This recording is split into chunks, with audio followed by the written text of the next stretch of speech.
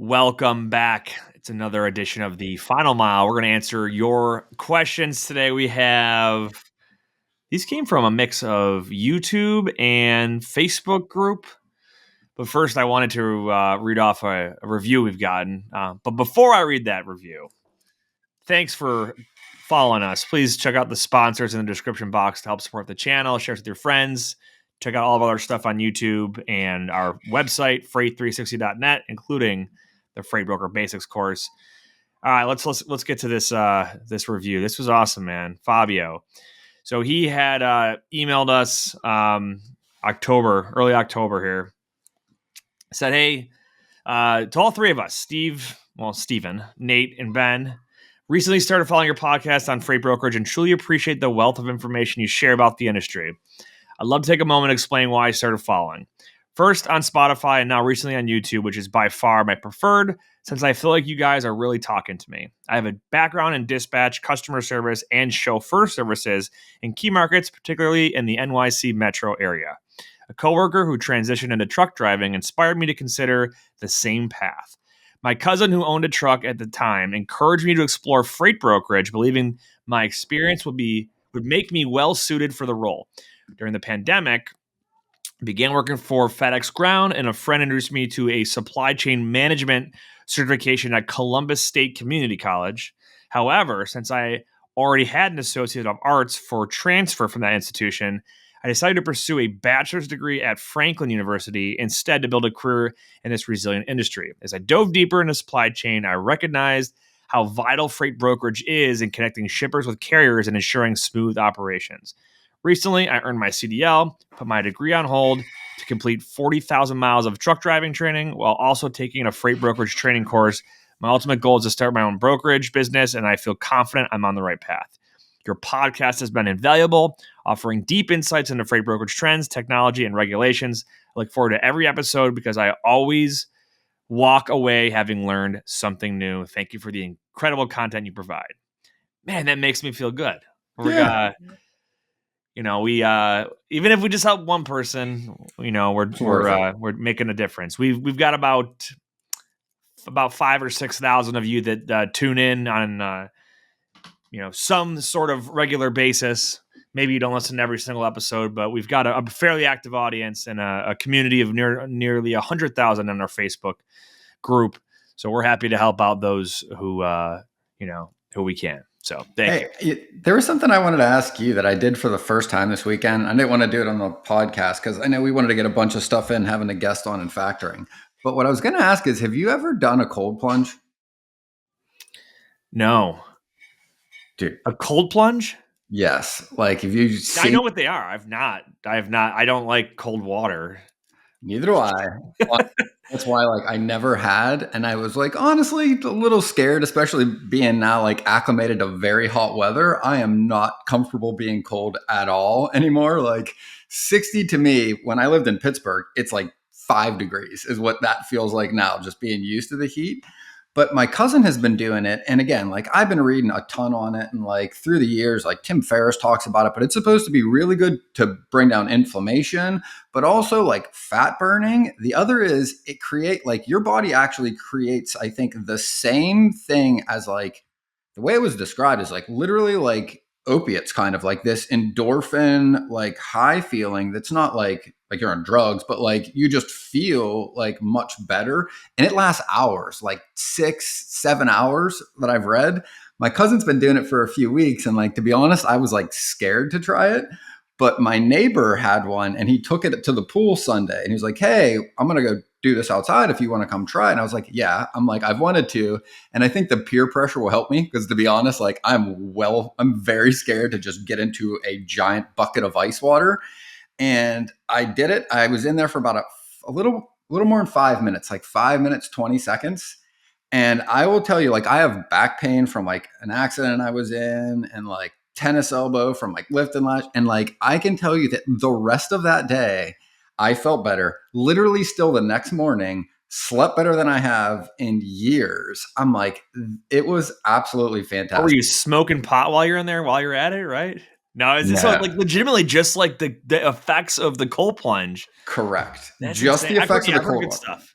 People swear by it. I got a buddy who, Dude, you got to try it. literally just in the winter here, like people will just throw like snow into a pail and fill it with water. Like instead of ice, just throw snow into it and just make it really cold and hop in there for a couple minutes. Yeah. You got to try it at least once, dude. I'm telling you, like the first 15 to 30 seconds, you feel like you're going to die. Like your body like almost goes into shock. It sucks the wind out of you because you feel like you're going to go into hypothermia. But as soon as you cross that little thing, and I was like, because like, again, my neighbor was like kind of coaching me through it. He's like, dude, just pick something to stare at and just try to meditate. And if you can calm yourself down, it's not that bad.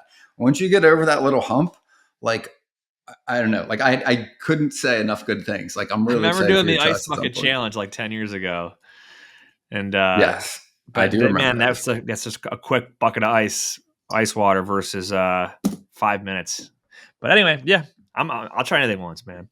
Let's get to our questions here. First one.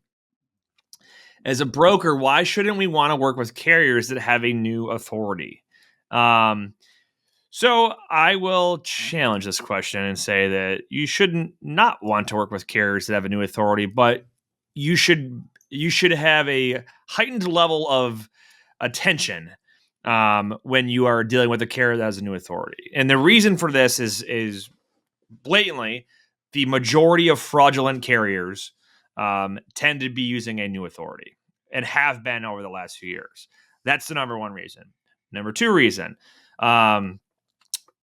when the post-pandemic shutdown surge in shipping demand, tight capacity, everyone and their brother was getting into trucking and getting in a new authority. Didn't necessarily know what they were doing. They made mistakes. You might have had, damaged shipments, delayed shipments, claims, whatever. Yeah, all kinds of issues. So it's inexperience is another reason. But some of the best carriers that are out there are someone who worked and drove for 20 years as a company driver and got his own authority one day, right? And they're going to be new. Like when I vet carriers, we've got it'll flag them if they're under 12 months authority. It doesn't mean we can't use them. It just means that I got to take a look, right? What's the deal with this carrier here? So that's really it. Fraud, relationship to fraud, relationship to poor service doesn't mean don't use them. It just, I would personally recommend just take a deeper look, right? I mean, what's your take here? It's two things. It's really personal preference. I think that is also a holdover from the way things used to be. Like, years ago, carrier under a year, to your point, like that's where most of the fraud was, like when I started in the industry. So most companies had that.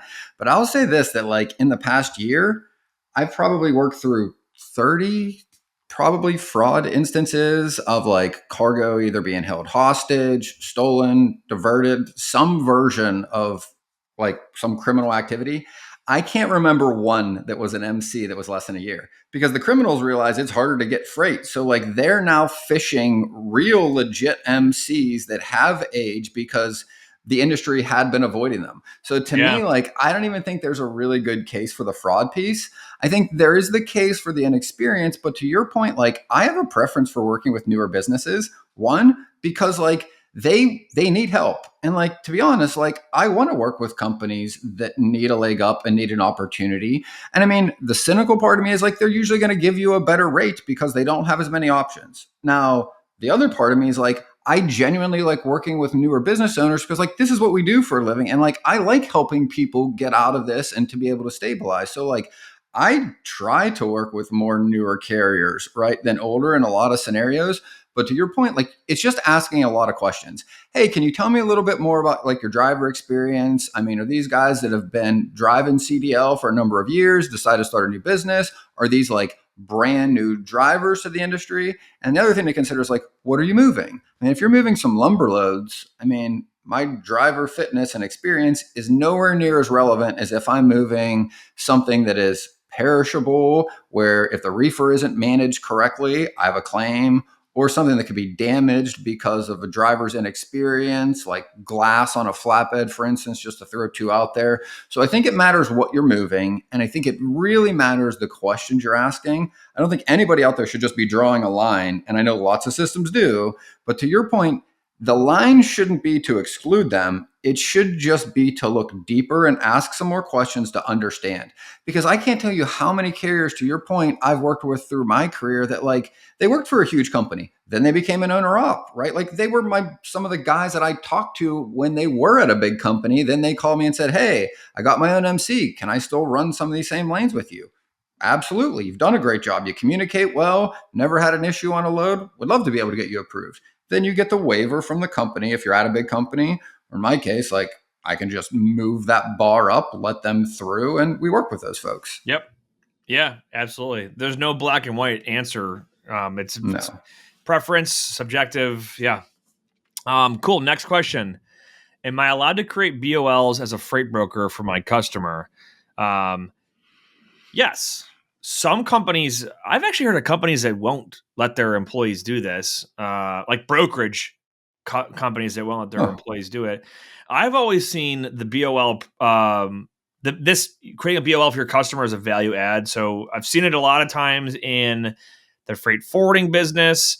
I've seen it with the multi-stop where they need a BOL for every order on that shipment that's going Yep. to each location. And you're like, hey, I'm going to save you the time of having to create these. I'll get them all prepared for you. I'll email them over. That way, when the driver shows up, you've got all the paperwork you need ready to roll, and we're good. I would, a BOL it is a legal document, right? It is a legal document. It's the bill of lading that it shows the shipment that's on board. It's going to say, the quantity, what it is, and it's going to have a spot to sign that, this has been picked up, and hey, this is on my truck, and hey, I've just received this at the destination. So there is, I would say, there is risk for if somebody is new that you don't want them to be creating BOLs if they're not comfortable with it yet. That's possible. They might screw something up or put the wrong something on there. But yeah, I mean, did you guys? You were a big box W2 before you got into the independent thing, but did you guys ever create your We own bill of did. ladings?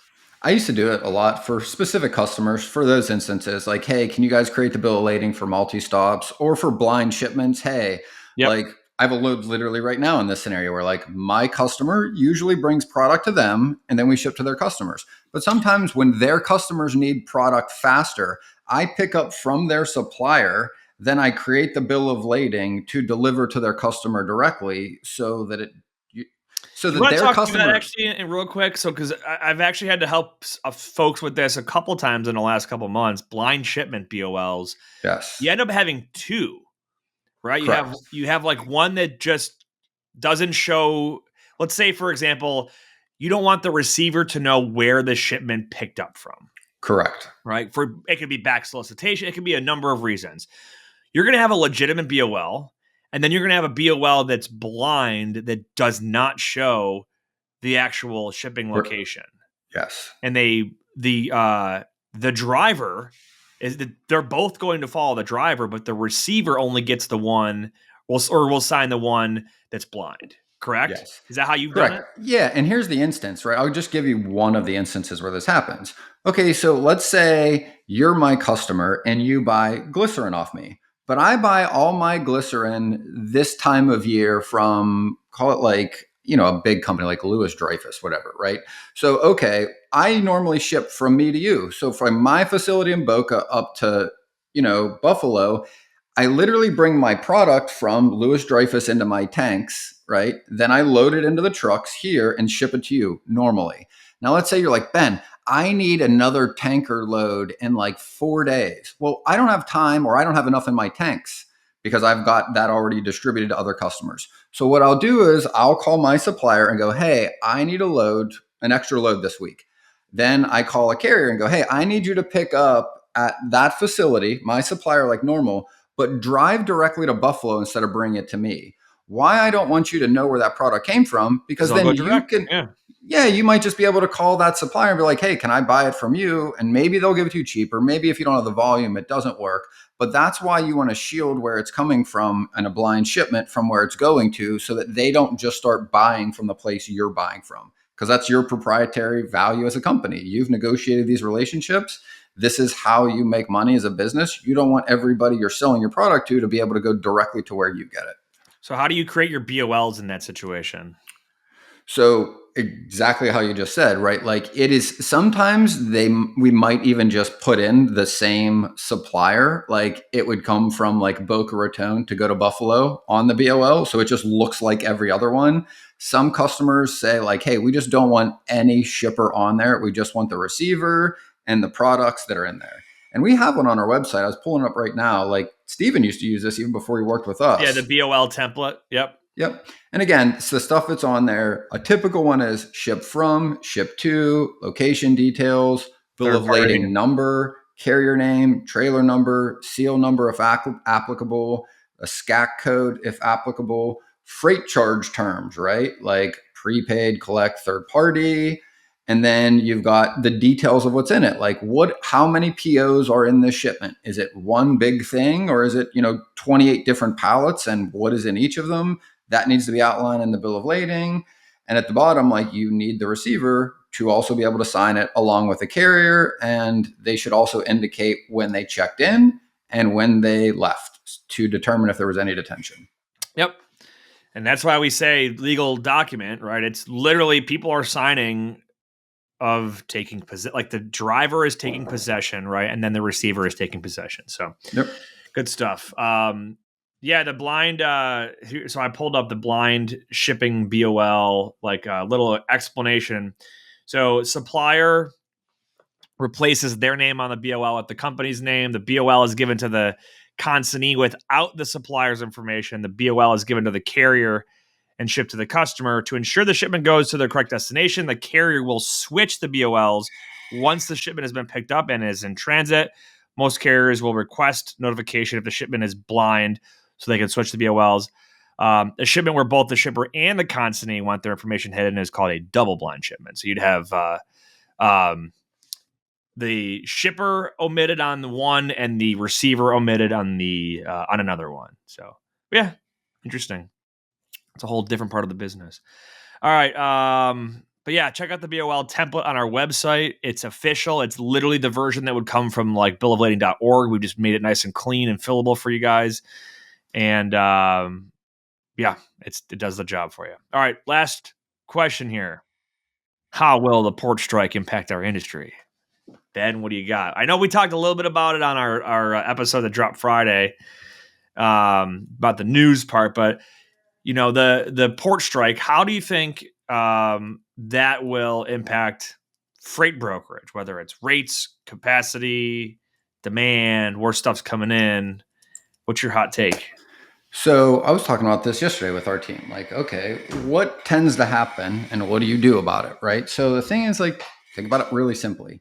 You got lots of stuff that normally comes in the East Coast, right? Let's just take perishables. Like bananas tend to be one of those commodities. Like Jason Miller posted a whole list of these on LinkedIn. You could see exactly by percentage what comes into the East Coast ports. So you can be aware of what's going to be affected. So let's just take bananas, right? Okay, well, the first thing that happens is about a month ago, companies were aware this could happen. So a lot of that product got diverted to the West Coast. Okay, well, think about that. If this company usually books the same truck every week to pick up from, let's say, the port in New Jersey to run to New York, where you're at in Buffalo, now that product needs to be shipped there from California. So that lane is no longer available for that truck to go from New Jersey to Buffalo. Now it's got to be booked at clearly a higher rate to go from California to Buffalo. So it shifts where the trucks and which volume of freight is available. First, where the freight's coming from moved. So then the trucks go to pick up from where that is. So it moves capacity in one way that way, right?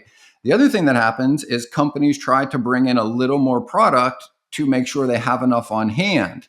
So sometimes they'll order more of it, to your point, or to that point I just made, right? To the other coast, or maybe they'll try to bring it up through Mexico or wherever to make sure they have at least enough inventory to sell. That is shifting where the loads are, so it's shifting where the trucks are going to be. That's already creating some disruption, and that creates changes in spot rates. More loads are all of a sudden coming out of California. The spot rates are going to start to go up because there's more demand for trucks than there are originally. More trucks go there, that levels out. Now, the thing in Southern California has historically been a tight market regardless, just because of all the activity. And now you're going to double down on that. And that was on the back of the produce season, right?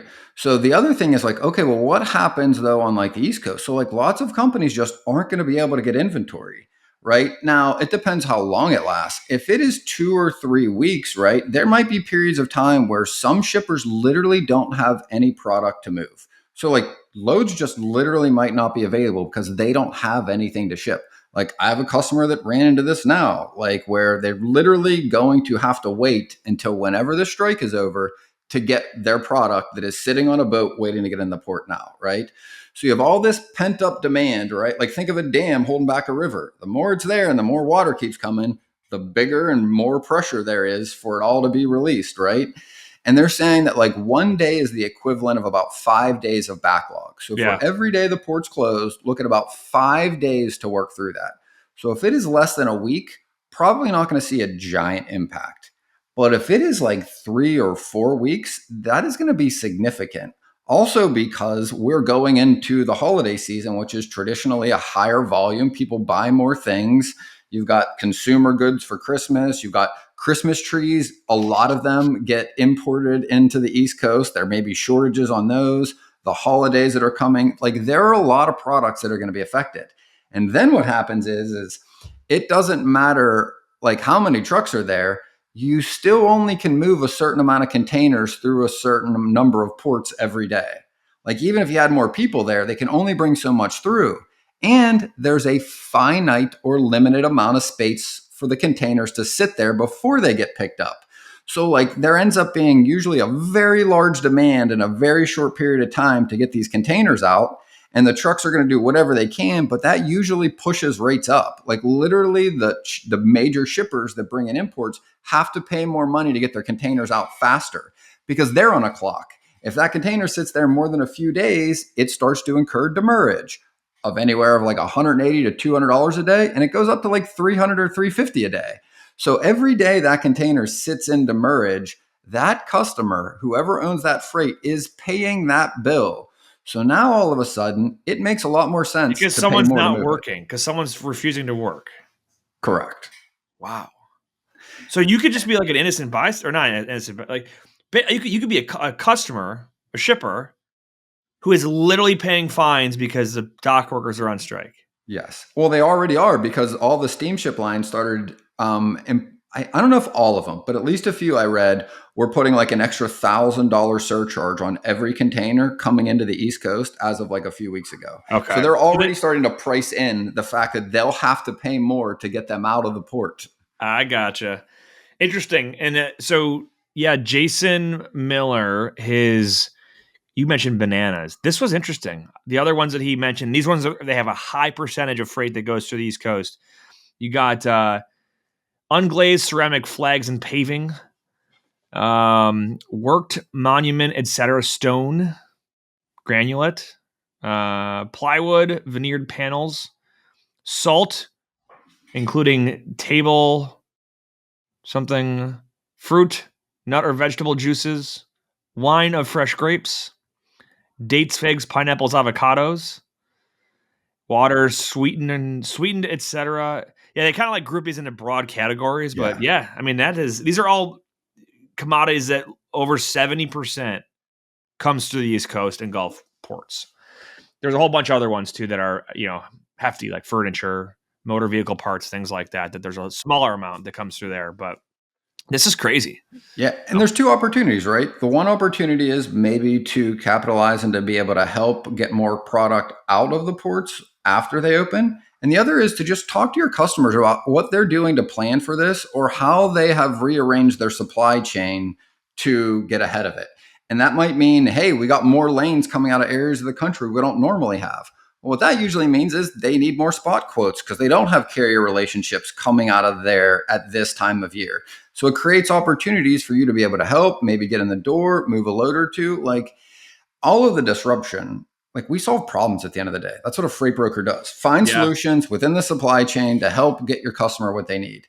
So for our industry, selfishly, like these things usually benefit our industry and they usually benefit truckers as well, because at least for a period of time, rates get inflated because everybody still wants their goods moved as quick as they can, even if there aren't enough trucks. So that puts upward pressure on trucking rates.